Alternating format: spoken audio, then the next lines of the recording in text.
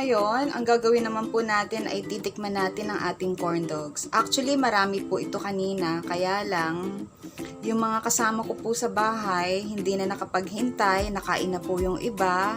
So ngayon, ako naman po ang titikim.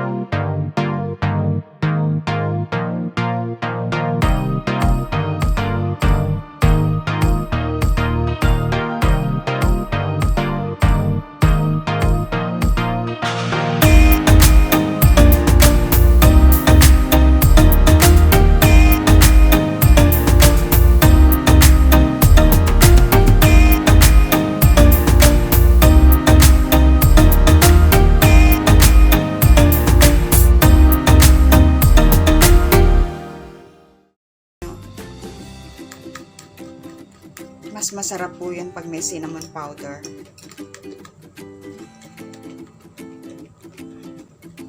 So, kailangan po ganyan na magiging texture ng butter natin. Hindi siya malapot, hindi naman siya malabnaw.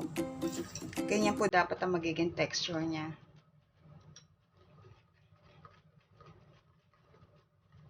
So, okay na po siya. Set aside muna natin. So, eto na po yung hot dogs natin na pinakuluan ko for 5 minutes. So, ngayon po ay idodry ko siya sa paper towel.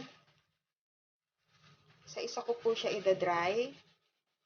Para mamaya po pagka dinip natin sa butter mixture, kapit na kapit po yung butter. Okay, so isa-isa ko po siya idodry. Ganyan lang po.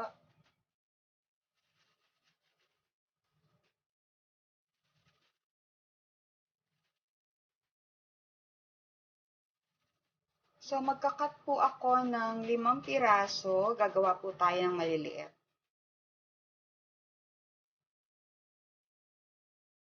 Okay.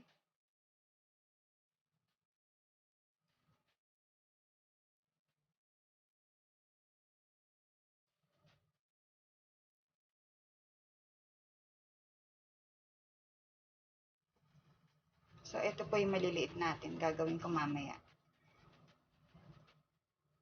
So, ito na po yung ating barbecue stick. Tutuhog na natin siya isa-isa.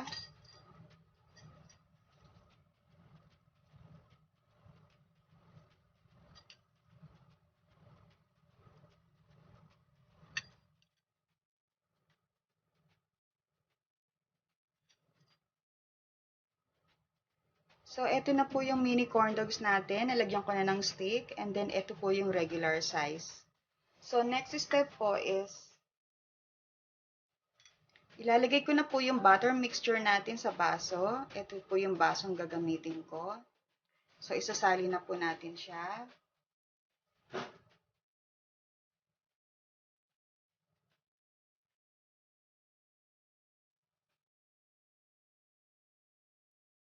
So, dapat po hindi siya puno kasi aapaw pag pinuno natin.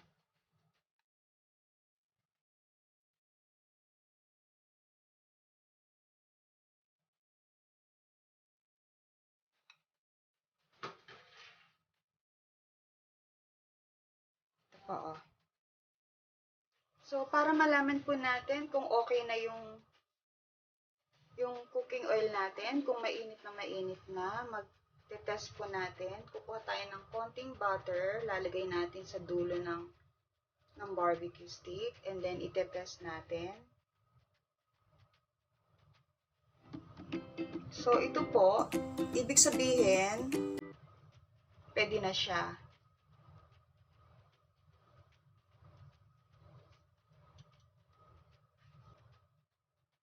So, ito po yung ating butter.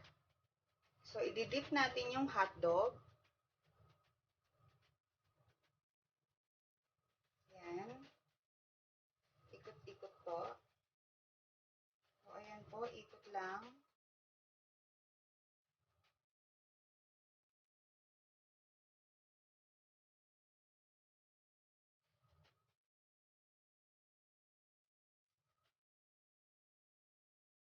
Ay,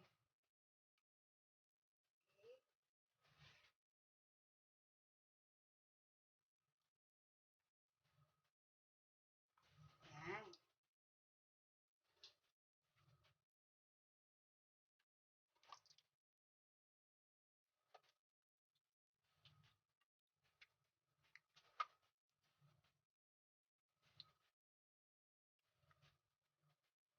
So, antayin po natin siya mag-golden brown.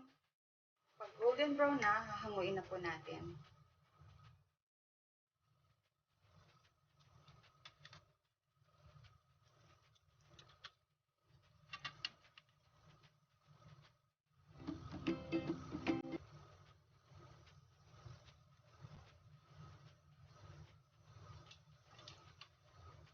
So, ito po siya. Look.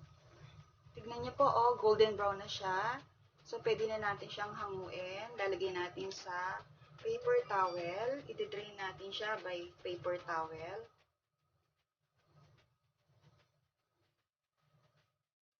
Bango. Try niyo po pag birthday ng mga anak niyo, pwede po kayong gumawa nito. Matutuwa po ang mga bata.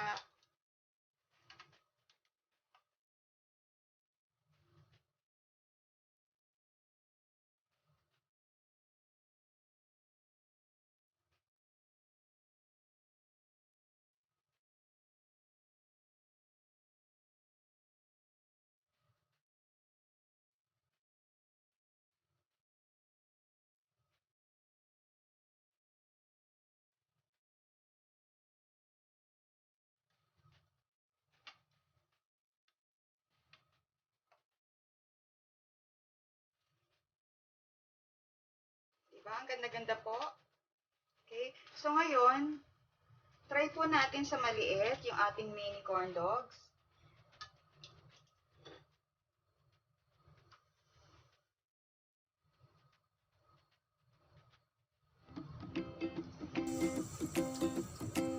Dali-dali lang po nitong gawin mga mami. Try nyo po sa mga anak nyo, para po sa mga anak nyo.